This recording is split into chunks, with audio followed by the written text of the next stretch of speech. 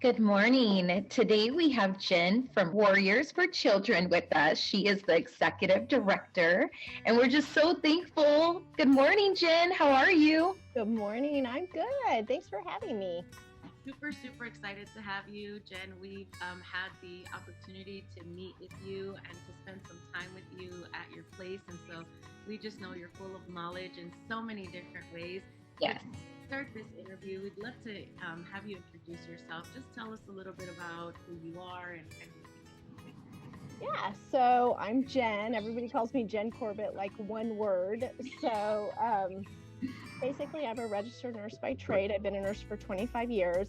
And in that time of working as a nurse, I've specialized in women's health and pediatrics, but really specifically the last 11 years, I've dedicated my nursing practice to supporting children navigating trauma.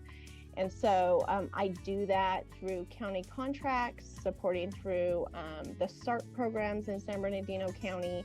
And so that's kind of what I do as a career. I'm the mom. I have 3 boys. My oldest is adopted. His name's Drew. And we adopted him as a teenager, actually. So he came into our family as a teenager. And like from the minute that he walked through our doors, we knew that he was ours. And it just took us, we always joke, it just took him too long to find us. And he always says it took us too long to find him. So, and then I have 2 biological children. Jacob is 17 and Luke is 15. So I am in it. I'm married to a police officer. We live in Rancho and we just kind of do life here, have grown up here. So that's kind of a little bit about me as far as my experience and stuff. Yeah.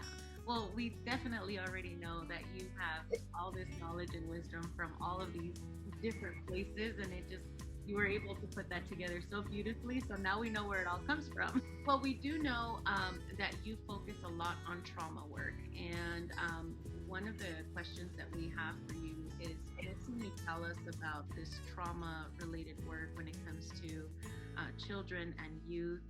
You've worked, you've seen a lot of this stuff out there. What are some of the things that you've seen and working with this population? Well, so like I said, about 11 years, I moved to focusing on supporting this particular population. And my specialty, actually, when I made the transition out of acute care nursing, was to the 0 to 5 support programs within San Bernardino County. And so in serving the 0 to 5 population, some of the things with trauma that I learned that were a little bit different than some of our older kiddos is that there's not a lot of service and resources and not a lot of understanding on how we would help a child in that 0 to 5, that kind of infant preschool stage, navigate something when it happens to them. And in working alongside of them, I realized there's a lot of misconceptions about what a child in that age range, particularly the 0 to 3 age range, understands or how they're impacted. And so a lot of the work that I've done is creating opportunities for individuals to learn how we would support a little one, a 0 to 3-year-old, nonverbal or leaving little tiny baby. How do we support them? Because trauma does impact them. It impacts them just like it does the older kids and just like it does us. They just sometimes lack the ability to communicate that out or to express it or to comprehend what is going on. And so in my field, I found that there is a huge overlap between how even a very young baby will experience trauma and how they then navigate in the world versus a teenager who experiences trauma and navigates in the world. So a lot of my work is helping to bring awareness to our little guys to make sure that people understand that they need to be given the same support and resources as our older children and our adults have been. It's so incredible that you say that because Lakeisha and I are out on the field. We're caregivers, we've been out in the field, and of course, any child that's in foster care, children or youth, they've been exposed to some level of trauma, which is why they're out in foster care. And what we have seen, and I love the way you say that, right, is because they can't express it, maybe vocal verbally, a lot of the times they do express it behaviorally. And we have seen this when there's a lack of training on this trauma response or how to help a child who has been involved in some form of trauma or has experienced some form of trauma. a lot of times then they're labeled that they're bad kids, or Mhm. they're tantruming, or they can't control their emotions or things Yes. like that. But in reality, as adults, we have the ability to sit and talk to someone about our problems and walk through it, right? Mhm. Kids, if they don't have that capacity, they go to what they know, and that's excessive crying, Yeah. either over or under attachment to the people who are serving them. Some of them, they've never had access to attachment, so they don't know what it's What like even is. Yeah. did. And yeah, what you're saying, it stood out to me, because this is why we want to train resource parents a certain way, because it does take a different level of care with these types of kids. But we have to have more patience and understanding for what's happening to them behaviorally in order to then provide some type of resource or help to them.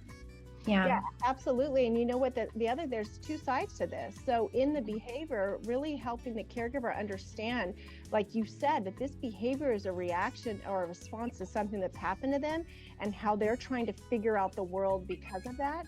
But also on the reverse side, when I'm working with the caregivers, oftentimes I'll be like, the child's fine. It's a really good baby. You know, they don't fight at all, or they don't do this at all. What they're not identifying is that these children are actually shut down and don't know how to get their needs met. So then those kids, we have resistance to getting services because they think, oh no, everything's fine, they're fine. Yeah. But we still have to give our little guys the opportunity through play and through art to be able to express themselves and to be able to kind of connect to whatever has happened to them in a positive way. And so I find two sides of the coin for it, really, is helping them understand the behaviors, but also help them understand the lack of behavior secondary to the trauma that has happened. Yes. And I feel like when we're especially looking at adoption cases, we see that quite often with resource families, because they're looking for, quote unquote, the perfect child. Oh, this child doesn't have any behaviors. And then, when we start stating, well, hey, let's do an assessment to see if therapy or, some type of counseling might be something that could benefit the child. It's almost like, oh, but there's no behaviors, the child's fine. And so we see that quite often. Yeah, and I always challenge a caregiver in that situation. How often are you going through something as an adult that's traumatic or difficult, and you still get dressed, you go to work, and nobody else in the world would understand that you're carrying a weight, because it's what the world requires of us. To we do. learn very, very early on that we have to push down our stuff. And at the point when it's boiling over, we are well past the place of early intervention of support in that. And so it's the same with our kids. So I always say, let's get in early. If I'm wrong and the child didn't need support services in that, then that's great. But if we aren't correct on this, then you're going to end up dealing with a boiled over problem that we didn't navigate early on in this. Exactly. Because it'll surface at some point. Absolutely. Now, or in their teenage years, or when they're adults, and we don't want to wait for it to happen back way then, right? So I completely agree. Yeah. Actually, can I share a story? Would that be okay? About like an example with an infant? Yes. So I had an infant on my caseload who had had some pretty significant abuse done, particularly physical abuse to the ear, to the side of the face and the ear. And I won't go into too many details because it was rough, but nonetheless, the baby received support services and basically surgically had the ear corrected and this part of the face corrected. So baby was about 5 weeks old when the incident had occurred. So then comes into my clinic and I'm doing the assessment, and baby is now 4 months old at the time when I was doing the assessment. So a good 3 months had passed from the time of the incident. Baby was in the carrier in the stroller, and I was talking to caregiver, and I'm just getting basic history, birth history, everything about it, history about the incident that happened, the surgery that had happened, all of that. I then needed to do my physical assessment on baby, and I approached the baby on the other side of the face where the injury had not happened, and I was looking on this side. And then when I walked around to the other side, so this is a 4-month-old baby, I went to reach and to turn, and the baby went like that. And literally I said, did you see that? There was no pain. Everything had been healed. There was no chance. The baby remembered there was something within that child that caused that. And so a lot of the work that we ended up doing with that newborn was doing loving, soft touch, because what we know about trauma in children and with adults as well, for one negative impact, you need hundreds of overlays over the top of that negative impact to reset how we trigger or how we react to it. So we had to do a lot of work with caressing the face, approaching from that side in a way that wasn't, and eventually that baby stopped doing this. But I say, so at 5 weeks old, that baby had some sort of imprinted realization that if you came to that side, if an adult came to that side, that might be something that I have to guard from. And it's like, it was a perfect example of how even as young as a newborn, we're going to see some of that stuff. Yeah. I've been working with adults in a therapeutic setting as well, and working with older adults, I'm thinking of a particular case that I worked with in the past where clients still had difficulty letting go of items because of the lack of resources when client was in a very young age. And so you think about how if there is no intervention in between, now you're an older adult trying to manage with the trauma from when you were very young, because it lingers. It doesn't just go away. There has to be some form of intervention, some form of retraining your brain, of telling your brain that you're safe, you're secure, things are okay. And that takes work. It doesn't just vanish into thin air because you're not in that setting anymore. It really does require work. So I love that you said that, because it's so important, and it will follow us if we don't work on it. Absolutely. And even when we do work on it, it still follows us. Yeah. Like how many times in a traumatic situation, you'll hear songs or a song that was really healing to you in that time. And then you get through that time, and if that song comes on the radio 5 years later, it makes you almost sick to your stomach and you cannot listen to it anymore. Something that brought comfort into stress does not necessarily mean it's going to bring comfort in the healing. And so it's trying to help caregivers understand something that worked at the beginning may not work later, and how we respect a child to say, I don't like this anymore. Because what I will hear caregivers say is like, you always loved this song, you loved this movie. No, you like this, or you like this food. You ate this food all the time. Well, if they ate that food or watched that movie at a time when they were in their early healing, it can be something that is very upsetting later. And so that kind of understanding that we need to ride this journey. I always say, as an adult, if you can't wrap your head around what the kid's doing, how would you personally navigate that? Try to put yourself in the perspective of the child. But we forget, we just assume the kid is a kid and it's going to be different. But we have a lot of similarities in how we conceptualize that. It's like our fight or flight response is our fight or flight response. It doesn't matter if you're a baby or you're 50. Fight or flight is what it is. You mentioned something very important, I feel like food. Oftentimes, again, we see that. And we've had certain cases where, say for instance, a particular food would make some of the kiddos sad because that's something that the child would make with the bio mother. And so that is important too when speaking to the resource parents, like, hey, there are some triggers, even birthdays, right? It's supposed to be a big celebration. Resource parents are doing all these things for these kids, and then they turn around and they may think like, oh, the child is being ungrateful. Well, they're experiencing some trauma there. They're having a birthday, maybe the cake, or just the fact that their siblings aren't present. That's all affecting them during that time. Yeah, we assume that because they came from trauma or maybe in a home situation that wasn't ideal, that child still defines them as their primary love source, the source that they knew. Oftentimes when we remove children from their biological parents, they actually don't understand because they don't have a baseline to know what's normal and what's normal, what's okay, what's not okay. That's why so many of the behaviors that we see in a child, they come from a domestic violence situation, and then they're aggressive in nature because that's their baseline. That's what makes them feel safe. That's what makes them feel loved. That's what makes them feel heard. And so when we put them in a situation where it's like, a birthday party is a perfect example. And we hear that. They're so ungrateful. I did all of this and they're so ungrateful. But it's like, well, wait. They're missing their mom and dad. Yes. And that doesn't make them love you less. Just like we miss individuals that are not present for certain important events for us. We have the people, some people we love there, but we don't have everybody we love there. And so we have to navigate that. And our kids have to do the same exact thing. I'm loving this interview. There's so many little and it's work. It ties so much into the work that we do. So, tell us a little bit about how did you merge your medical background with this trauma-related work? I'm interested to hear from you about that. Well, it's so funny. Good question. So a little bit about me, and I always have no problem sharing this. I'm actually a child of trauma myself. So my parents struggled with addiction for a good portion of my life. They had periods of sobriety, but I'm a kid from the 70s, and so things were different there. I didn't get a lot of resources or intervention. But the common thing about my mom and dad specifically is they really loved me deeply within their addiction, and they did their best to be as best as they could as parents.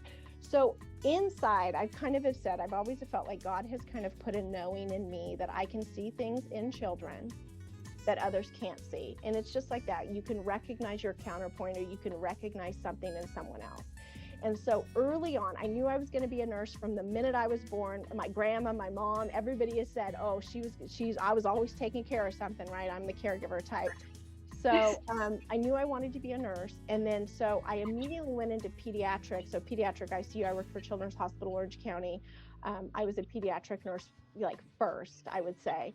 And in that time, always drawn, when I worked in the pediatric intensive care unit, I worked in bone marrow transplant at CHOC. The child trauma experience was something that was always, I was hungry to learn more and how we can serve better. Just because I realized some people had resources and they still weren't getting the support that they needed through that. Our oncology kids, they have all of this resource rallying around them, but sometimes it was complicated in how they could get the services they needed. So early on in my career, child abuse prevention, child trauma was very important to me. I did a lot of, at the time, back in the 90s, we called it Shaken Baby. We don't really call it that anymore, but I did a lot of work as a nurse taking care of some of our shaken babies within the ICUs there at CHOC. And so that kind of planted the seed. And then what ended up happening was I went to Azusa Pacific University. I had some student loans. I had some student loans, and the county of San Bernardino actually was offering basically a loan repayment program if you signed a contract with them, a thing that they did. So I actually moved out of CHOC and acute care and into public health.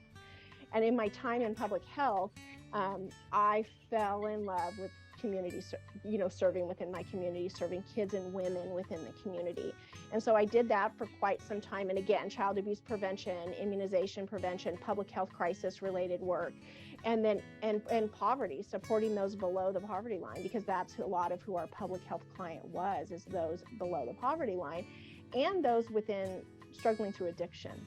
And because my parents were those that struggled through addiction as well, they gave me a vision for these wonderful parents that actually were trying to overcome addiction and then care for their children. And so we had programming at the time that would come alongside these families and keep them together so that they could be in their recovery, and then we could help the children do that. So I did that for quite some time. I ended up leaving that, went into acute care again, and was labor and delivery and ICU nurse for quite some time, like 12, 13 years. And then in transitioning out, I had kids of my own. Like I said, I had 3 kids of my own, and I actually came back to the county. I wanted less nights and weekends and holidays. And so I wanted more of a regular schedule to take care of my kids. And so I went back to the county for a short period of time. But again, that was a little restrictive for me too, because I was working like 9 to 5. So I went independent as a nurse then. But I wanted to be within the county. I wanted to be within public health, community health. And there had been such a huge change from the early 90s when I was in public health to now. The amount of prenatal substance exposure that we were experiencing within San Bernardino County, the amount of child abuse numbers that had just skyrocketed, the way we did case management services. So my bridge from medical to basically this sort of support was basically like it was planted in me from the beginning. But then really, I love community health. I love being able to be at that level. And so that's kind of how I bridged over to child trauma support. And then quite frankly, there's not many of us nurses that do it. They don't teach us this in school. And so once I became specialized in the field, and I'm very, very specialized in the field now, more and more opportunities for me to serve with that hat on, kind of is where it was. And quite frankly, I can't work nights or weekends or 12-hour shifts anymore. Can't do it. It just makes me think of like anybody who I think is working in this type of a field. We all have our background, and there's a reason why. Like we talk about this ministering over fostering. It's really a ministering. Yes. We're ministering to all of the kids that come, because we have our own trauma backgrounds as well, right? And so you're right, like when we're around kids and we are sitting in front of this teen who is trying to navigate life, we can sit there and say we understand some of the emotions because of the trauma related past. And so we're just so grateful that you're able to share and that you're so transparent with us, because there's a reason why you're sitting where you are today. And why the impact. I mean, we came into your warehouse and we didn't want to leave. Yeah, Jen, I mean, I'm sure anybody that knows you that's listening to this can vouch, but your heart, when we first met you, like you can totally tell your heart is fully in it. And so hearing what you just shared with us, you know, some of it was surprising, but at the same time, I'm like, okay, this makes sense as to why she's so passionate about it. And you know what? My parents, they've been sober for 20 plus years now. They're amazing grandparents, and they're my biggest supporters, as they always have been. And what I've learned through their journey in recovery, and then my journey as a child kind of recovering from that, is what we've walked through is our own superpower and how we pivot out into the world. So we can hold it and be resentful about it and make it define who we are. But my goal with the kids and the people that I come in contact with is to help you understand that this isn't a broken piece of you. You can use it for good, and it allows you to be a voice for these families that don't have a voice at that time until they do have a voice for themselves. I didn't always have a voice, but I had people that came alongside me who saw me, teachers, coaches, parents of friends who came alongside me and told me I was valuable, I was important, that we were going to make it through, that they saw me. And so that understanding as a child, you know, and up until teen years, that was so important, is why I do things the way I do at the nonprofit that I started. That's part of it, is because a lot of people try to overcomplicate how we love these kids. And it's not complicated. It's really not. And so I feel like my purpose from God is to make sure people can say it doesn't have to define you. It absolutely doesn't have to break you. It can break you for a minute, but we're going to work through that. Mm-hmm. And that we don't have to complicate how we serve these families ever. I'm glad that we kind of touched base on your nonprofit, because that was the next question we were going to slide into. And so you kind of shared a little bit about why you're here and what brought you to this place, but tell us all about Warrior for Children. What touched your heart to start this, and what are some of the resources and things that you guys provide? Yeah, so Warrior for Children, I always say, it's been in my heart for quite some time, and I basically functioned individually supporting some of these families with the services that we provide at Warrior for Children for years. But Warrior for Children was officially started in 2018 for one purpose and one purpose only. I was a case management nurse in the county, and I was sick and tired of the bureaucracy to get anybody any sort of support.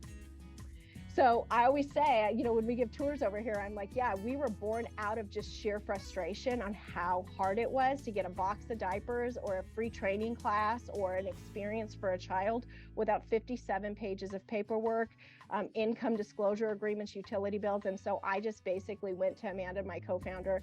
She worked with me on my contract. She's like a whiz with all the books and the money and the numbers. I am not.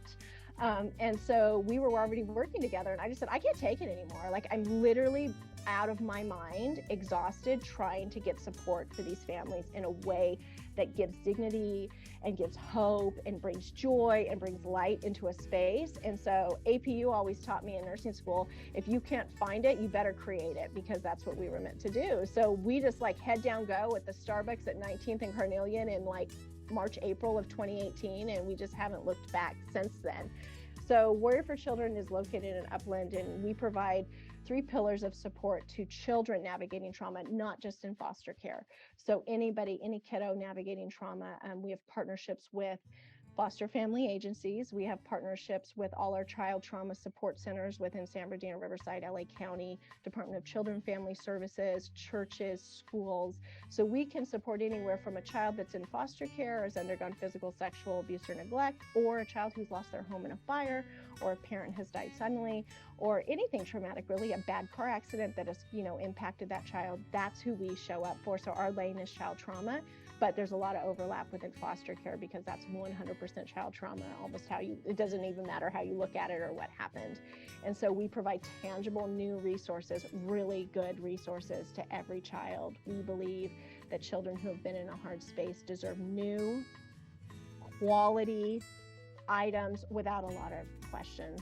So we provide a lot of support. Since we opened, we've provided over $2 million worth of tangible resources from our communities back into our communities. So that's not in tangible, that's not in like dollar donations. That's just in people saying, I'm going to host drives for you and collect hygiene items or linens or pillows or water bottles or toys or whatever all year long. And so we get hundreds, I think we got almost 200 requests last month alone. So since we've started, we've provided tangible resources about 13,000 children within San Bernardino, Riverside, LA, and Orange County. Wow.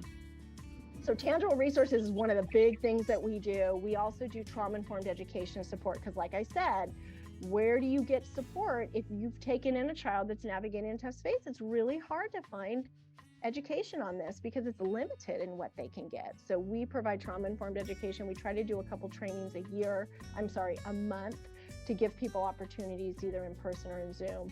We're ramping that up right now, but we go over things like prenatal substance exposure and its impact on development, 0-3 in trauma, 0-5 in trauma, developmental disability and trauma impacts, autism and trauma, understanding the court system, navigating through county resources, like lots of different trainings that we have in the docket that we do make available for free to anybody that wants to attend that.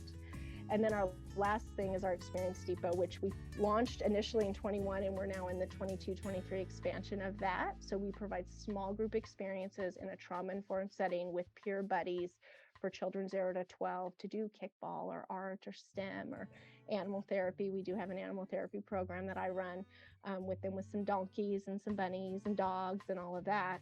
And we do this small group experience because what we know about child trauma is that it's very difficult for a child that's been in a tough space to go into a big community program with a lot of kids and noise and things. So we provide them a smaller experience to feel safe and secure in their healing. And then when they're ready, they join some of the community leagues and go back out there. And then within that pillar as well, we've just launched our mentorship program for our 13 to 17-year-olds, and we're advancing our transitional age foster youth program, 18 to 21. We're providing internships and mentorships and job training and all of that too. So we're doing a lot now under those three pillars. I absolutely love the whole idea of the animal therapy. I've always been a fan of that. So that to me is amazing because I know that a lot of times the children, they won't even, I've experienced situations where children won't even talk. And then when they're around animals, they start making attempts to even open up. And our animal therapy work is on it. We do 1 to 2 kids at a time. They're with me. It's in my home, on my property. And it's for that. It's for attachment building. It's for trust building. It's for regulation. We don't do prop work or anything like that, proprioceptive work like you would do in some equine programs. We're learning kids to trust and feel safe. Yeah. And animals tend to bring that out in our little ones. Oh, and our older ones too. A lot of times we see with the children, or I should say on their reports, we'll see that they don't do well with animals. And so I feel like this is even giving them the experience on how to have soft hands, how to treat the animals well. We know that you guys are trying to touch all of those major areas that we had a conversation with you one time talking about all of the areas that are lacking. And I know we focus so much on foster care because that's our realm of work, but talking about all of the necessary resources that takes so long for them to have access to. A lot of the times we would get placements in and they wouldn't get services started until 6 to 7 months after placement.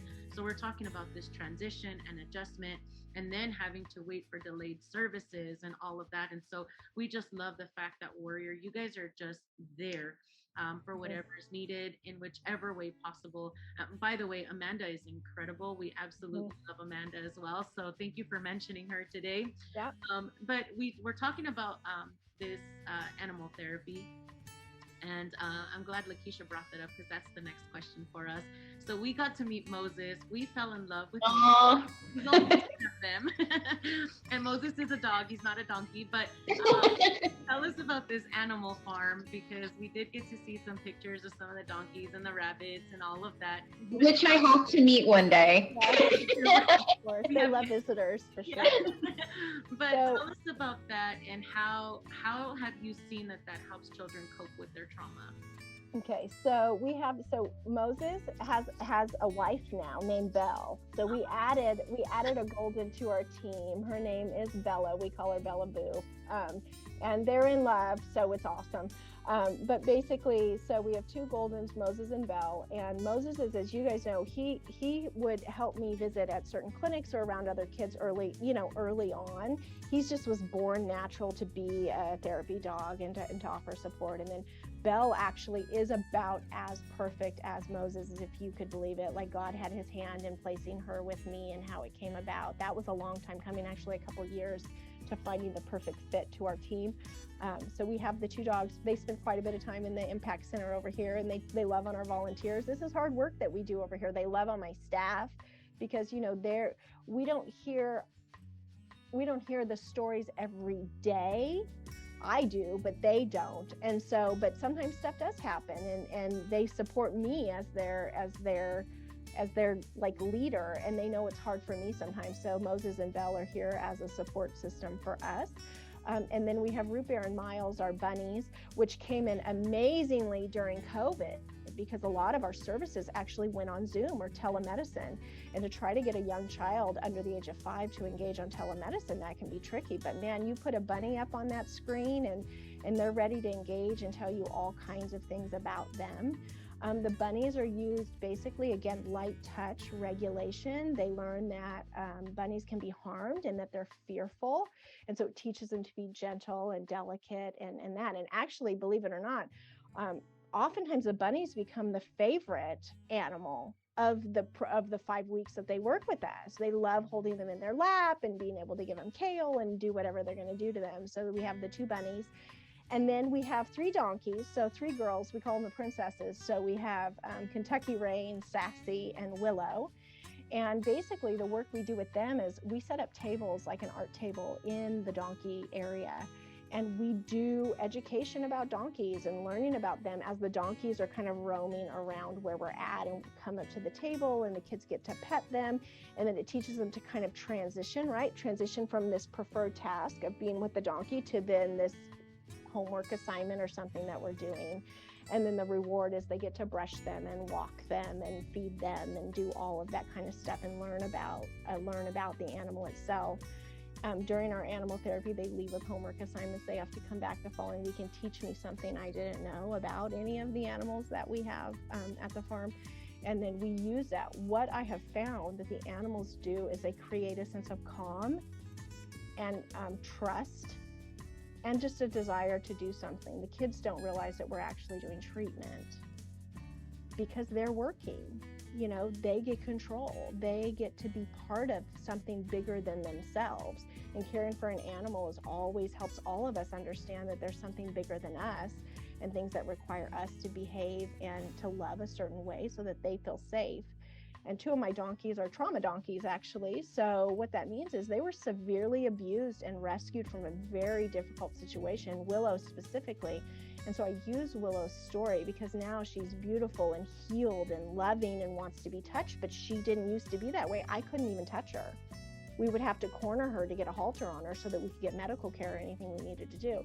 And now she'll freely let anybody touch her. So we use Willow's story of healing, that it doesn't always start easy like with Kentucky Rain, but with Willow, it took time for her to learn and trust us. So that's kind of the stuff we do. We also have a crested gecko named Kevin. That's my son Luke's, but I don't touch that lizard. But he's there for boys or girls that like reptiles, you know. Someone. I'm not your girl, but Luke is one of our volunteers and has been one of our farm volunteers. And him and we have another volunteer, Chloe, and they're phenomenal with the animals. And Luke stands up to the plate when we got to bring Kevin out. And that's a beautiful story, how you're using the donkey story to kind of incorporate that in the healing process. I hope to actually write a book one day about Willow for kids, so that they would understand the journey of Willow from being severely abused and untrusting to being this glorious donkey that just loves everybody and is so trusting and loving of people. So I do have that on my wish list to do. I think it would be a great legacy for her. But if people are listening to this, we have a very long waiting list and it's difficult to get in. I am one person, so I always get inundated with requests for that. They can come and pet them like a petting zoo all they want, but the actual treatment, we do have a bit of a list for that because it's just me and my animals. Thank you for telling us that, because I'm sure someone's going to hear this and they're going to be like, oh, we want that experience. For sure. But I love the way you're so intentional with everything. And it just comes to show it's all a reflection of who you are. The way you pick your staff, because your staff they're a breath of fresh air. I mean, we've been in there and I'm telling you, it's hard to leave when you're in the impact center. You want to be surrounded by the people that are inside this impact center. They share the same passion, the same value that you have for what these children need, what they have. I remember we were in the impact center one time and Amanda was like, she could not find more stuff to give us so that we could go give to our kids for the bedding stuff. And so just having to see that intentionality with staff, with your animals and what they provide, it, in a sense, it all comes all the way back to there's a world out there that is hurting and there's children that are hurting and they need a place where they can just find safety and security. And I think you've done such a beautiful job about doing that in every possible way. And I did want to say that because we have felt that being in this impact center. You guys are just incredible. So thank you, Jen, for doing that. You're welcome. Oh, my team is the best. And you know what? We always joke, we're a bunch of moms and a high school boy. That's how we get things done. You know, people think we handed all those kids, but people don't realize there's 5 of us. So Amanda and I, and then we have Myra and Courtney and Jacob. Jacob's our high school senior right now. Also my son. But yeah, it's a tiny team. Our volunteers are everything. We always need volunteers that have a heart for this space in order to make this happen. But you know, believe it or not, every week we seem to accomplish the goals that we set, and it's because the community and our volunteers show up for us. And yeah, my team is absolutely amazing, and I love to hear that when you come here you don't want to leave, because that's what we want. If you want to come to an impact center that supports children navigating trauma, then that also means that you want to lean into supporting that. And that's my goal. If I've created a place that is not loving and warm and bright and full of love and light, then I'm not doing my job. So down to the details. You know how I am with my details, you guys. I do not play with my details. So, and I think that's why we loved being around you all so much, is because, you know, you mentioned how this business was pretty much formed out of frustration, and we can relate to that.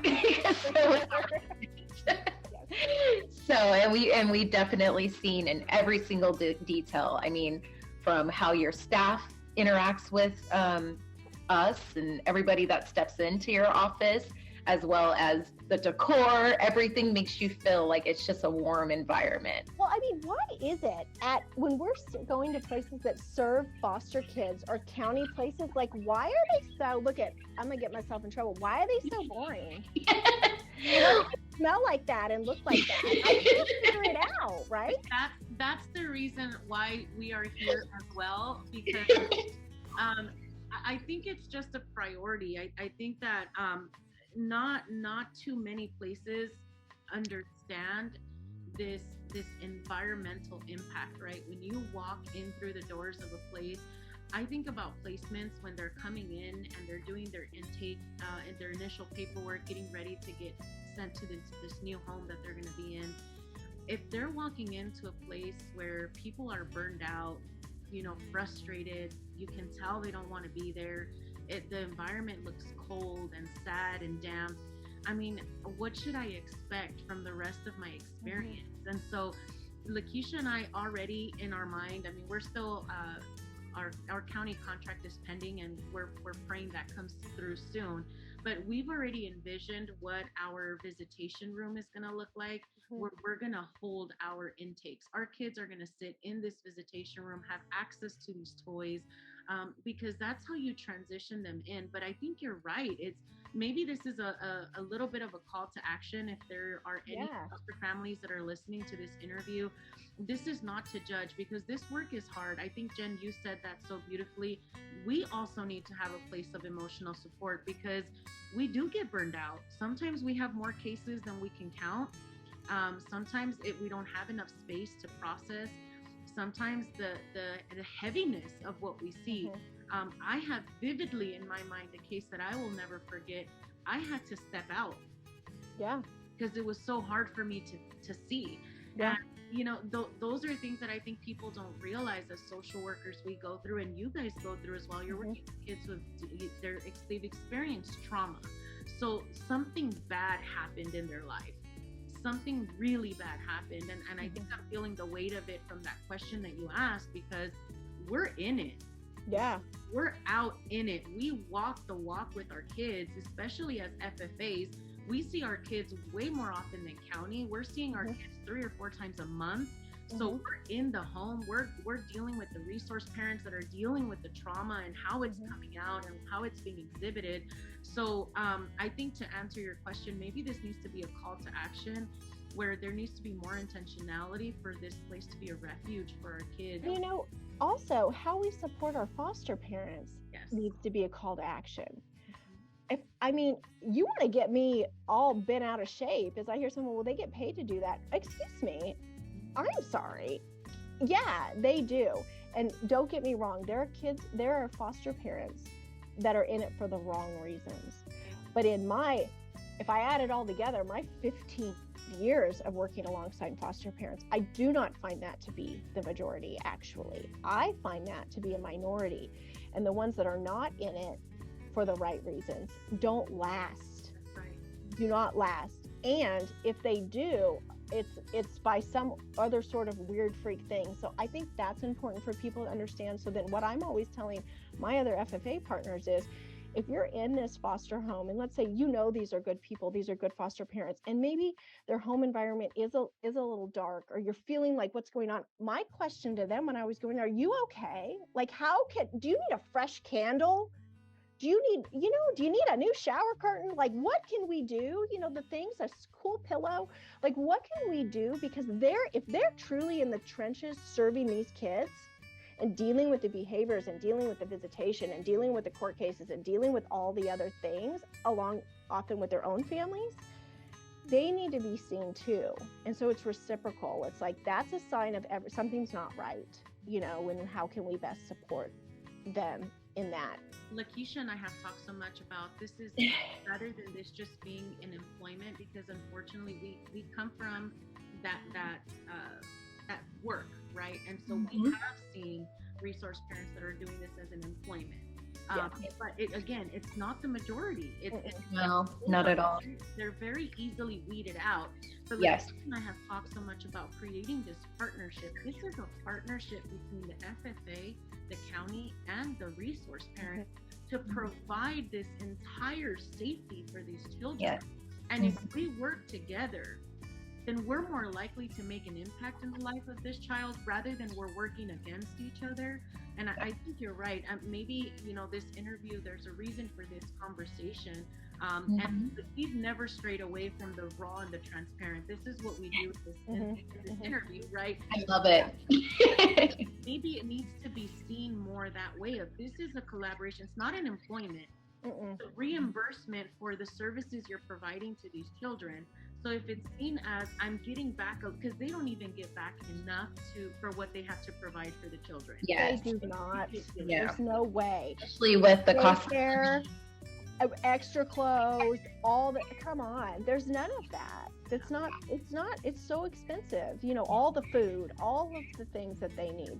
One of the things I always say is, like, just think about it. If you're if you're a foster family agency and you're loving on this family that has come under your umbrella, how would a foster parent feel if you showed up with a beautiful cozy blanket and fresh new pillows and just said, I just saw these and just thought you needed a good night's sleep? They're going to work so hard for your kids because someone saw them where they were. And so that's sometimes like, if we get a request that's like, hey, do you have a really nice, like a queen size blanket or something, like, we will give that. Sheets, new sheets, we all like new sheets. Yes. So it serves the child when we care and comfort the adult that's caring for them as well. And this kind of leads to the whole need for respite care, I feel like. This is so that the resource parents can have that break.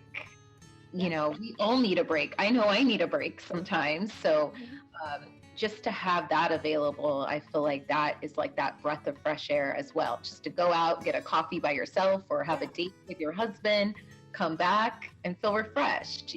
Yeah, I don't think that people realize that if you have a foster kid, you can't just take them to any babysitter. It doesn't work that way. You have to have an approved person that you drop them off. So if you think as parents how hard it is for us to get away from our own children to do anything and find a sitter, imagine if you can only get an approved caregiver in order to go get a coffee with your husband to take a breath from children. Kids are hard.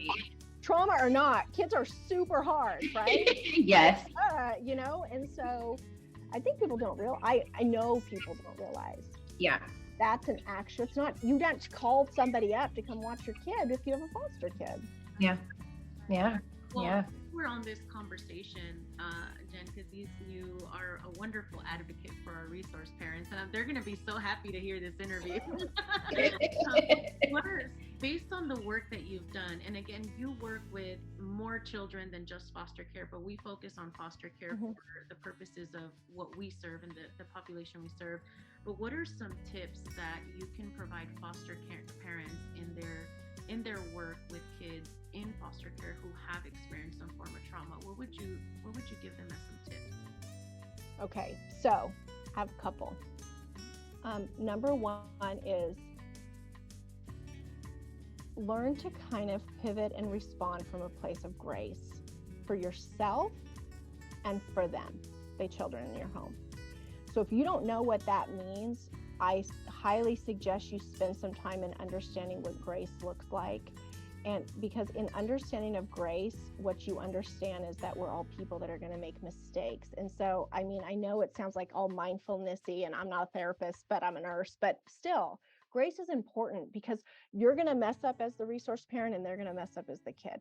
But grace has to abound across the board. This is not a personal attack on you, and it's not, and hopefully it better not be a personal attack on them, what happens. So first of all, show yourself a ton of grace. Secondly, get the mental health support as soon as humanly possible. And if you can't find it, then reach out to organizations like us that can plug you in. Reach out to organizations like yours. Children who have undergone trauma need mental health, behavioral health support, period. You have to at least try. The other thing I would say is always have at least one other resource parent that you can lean on to navigate the gross stuff that has to happen. And I say that, I mean the loss of the removal from your home after you've cared for them, the challenges of the no breaks and the fact that they can't be there, someone that just gets how difficult it is to have this special warrior in your home.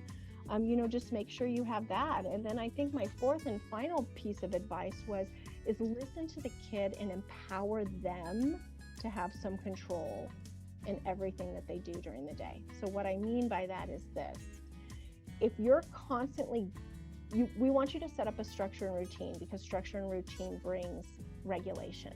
We need to know what's happening next. If you've had trauma, you need to know what's coming next, and it needs to be the same thing all the time. So I didn't address that, but that's one of the things I do in my trainings is rhythm and regulation is key to resetting this trauma response. So while you have to have a routine, I would love for you, no matter the age of the child, to empower them in the routine. So give them a voice or an actionable voice to get their needs met the way. Do not constantly power struggle, decide what's not a mountain to die on. Give them some control. If they want to wear shorts and a tank top and it's raining, let them and bring the jacket. You know what I mean? Like some of it is like just trying to give them some control. What we know about kids who have navigated trauma is there's going to be a few things they're going to control. They're going to control their sleep, they're going to control going to the bathroom, and they're going to control their eating. So those are 3 things that you'd be surprised how long a kid can go. So those are also super important things for them. They need to bathroom appropriately, they need to eat appropriately, and they need to sleep appropriately. So if you're having power struggles in any of those 3 areas, you need to look at what can you relinquish some control over in those 3 areas and allow them to be a voice for the support that they need in that. I love what you said about grace, because it made me think about, we've talked a lot about grace too, Keisha and I, especially when we were out, in the trenches, where right now we're not so much, but we're going to be going back pretty soon. And I think that also plays a part with your social worker, giving grace to your social workers, because we also make mistakes. We also don't have all of the answers, and there's also a lot of barriers that we have to go through in order to advocate. But I think that extends all the way through to that, and then for us to show grace for the resource parents, because right, they are going to make mistakes. They're not going to know it all. This is not like raising your own biological children. This is a whole other ballgame. And that word grace, right, is extending forgiveness when it's not yours to give, or it's not deserving, I think. And so if you can just forgive yourself, forgive others, forgive these children for what they, and just let it go, I think that's such a beautiful idea, and it's such a beautiful part of this commitment that is foster care. So, yeah, and I actually thought of one more thing I want to say too, which this is like, as the resource parent, stop telling everybody you come in contact with what this child's trauma story is. Can you imagine? You don't have, at 2 years old, they can't consent to the entire world knowing what happened to them. Or we make it as an excuse for the behavior. So I've heard this where they'll be like, oh, they're acting up because they had their arm broken by their caregiver. Well, you share the history as pertinent to get them the support they need. You don't share it at a barbecue. Like you must protect their story. Yes. You must protect their story at all costs. But we see it a lot, right? Like that is one thing I see a lot. We think we can just freely share everybody's business, and it doesn't matter if you're 0 years old or 17. Yeah. To consent to do that. Yes. Part of dignity, right? Yeah, for sure. There is a child listening here today to this interview, because we have come into contact with a lot of teens who have aged out of foster care, who are following what we are teaching and are seeing what we're doing. So if there's someone listening here today, what would you share with them to give them some hope? I think the number one thing that these kiddos or teens need to know is that their experiences are valuable to us. They're valuable to us. How your story can support others is important. And that, you're not alone, and not every grown-up is bad, and not always bad things are going to happen to you, that you deserve greatness. You are great. And there's a community of people wanting to show up and serve you. We don't need anything from you in return, that we just want to serve you, and we see you, and we're sorry that this was the hand that you were dealt, but we just cannot wait to see how you're going to use this to make the world better. That was beautifully said. It's true. It is true. And Lakeisha and I have had this dream of, once we have our place, I told her I could just picture these kids coming in and, Miss Myra, Miss Lakeisha, I just want to talk about what's going on, right? Because we want to have that open door policy for all of the kids we come in contact, that they know that there's 2 people in this world that care enough for them to open the doors for them at any time that they need to just come chit chat about what's going on.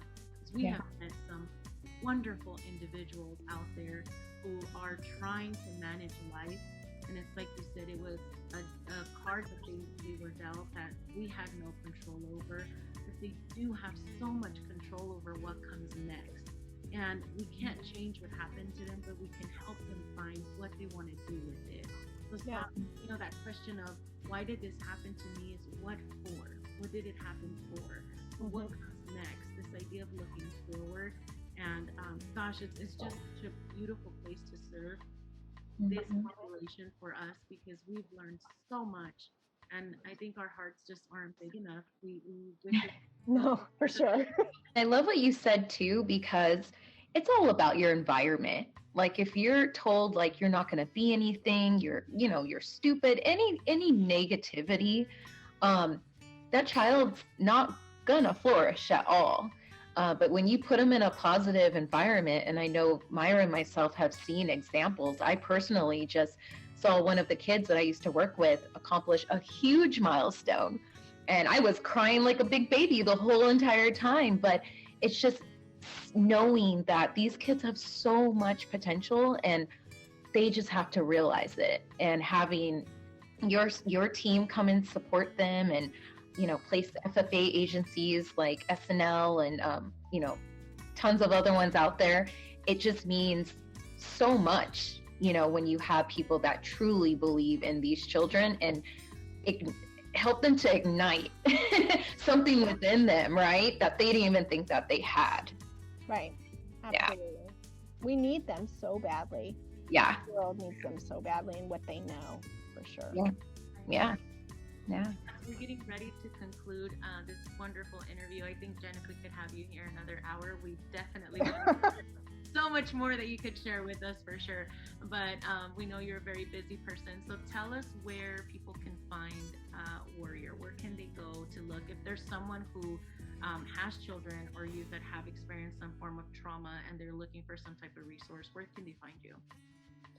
So the best way to find us is on our website. So I know you guys will probably attach the info on there. So we're warriorforchildren.org, and the 4 is spelled out FOR, and no S on the end of Warriors. That's actually a motorcycle gang, by the way. So I know that. If you look for Warriors, you're going to find a motorcycle gang. Lovely people, I'm sure. It's just not us. People ride motorcycles like that. So warriorforchildren.org. All of our socials are basically that. Our Instagram is @warriorforchildren. Our Facebook is @warriorforchildren1. My Instagram is open as well, Jen Corbett, W4C. So I welcome anybody to follow that along as well. And then we're on LinkedIn, Warrior for Children. So all of our handles are about the same as that.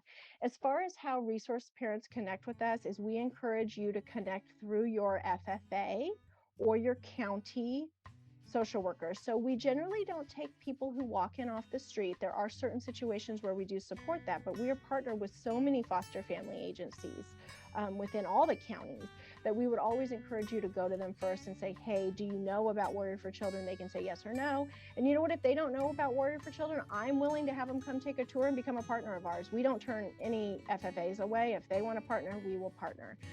So the best way is through some sort of representative. But I tell you what, like I said, we don't do red tape. So if you're stuck, you can go to our website. Our phone number's on our website. We're located in Upland. You can give a call, and one of me or one of my team members will make sure that we can try to find the route that best serves you. I don't ever want anybody to feel like they're alone, but we do ask that you do try to go through our partner agencies, because that's how we were able to support the way that we do, and the amount that we do is because of that partnership with our agencies. Wonderful. Well, thank you so much, Jen.